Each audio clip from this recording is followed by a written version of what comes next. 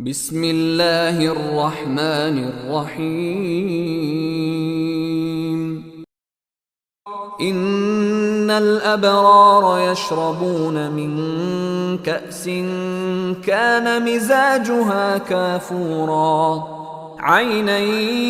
يشرب بها عباد الله يفجرونها تفجيرا يوفون بالنذر ويخافون يوما كان شره مستطيرا ويطعمون الطعام على حبه مسكينا ويتيما وأسيرا إنما نطعمكم لوجه الله لا نريد منكم جزاء ولا شكورا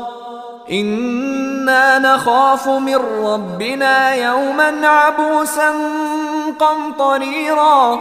فوقاهم الله شر ذلك اليوم ولقاهم نضرة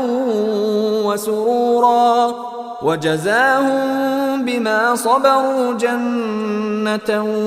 وحريرا متكئين فيها على الأرائك لا يرون فيها شمسا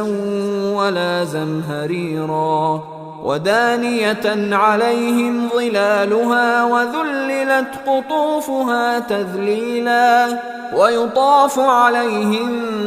بآنية من فضة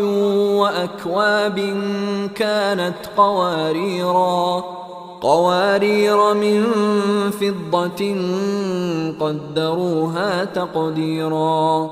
ويسقون فيها كأسا كان مزاجها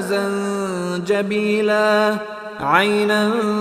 فيها تسمى سلسبيلا ويطوف عليهم ولدان مخلدون إذا رأيتهم حسبتهم لؤلؤا منثورا وإذا رأيت ثم رأيت نعيما